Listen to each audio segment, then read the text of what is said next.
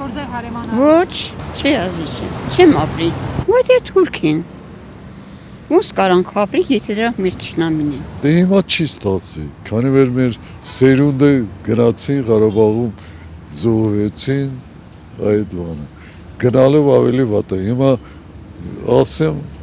հայը հայի հետ չի կարող ապրի։ Թուրքը բանը ադրբեջանցին հայի հետ կապրի, չի ապրի, քանի որ աշկնի առաջ շատ վնասներ են տվել, շատ բաներ են արել։ Մեր կոնկրետ օրինակը Ղարաբաղը ինչ է։ Ես այնքանի բար իմ տղան ծառայ է Ղարաբաղում, եղնիկներում, ես ամբողջ տարին են տեղ եմ եղել, գիտեմ ինչ է։ Եթե լինի հենց վաղը մյուս օրը դժվար է։ Իսկ եթե լինի 10 տարի, 15 տարի, 20 տարի ժամանակ հասնի հնարավոր, բայց վաղը հնարավոր չէ, որով սպիներկան չի վերացվել։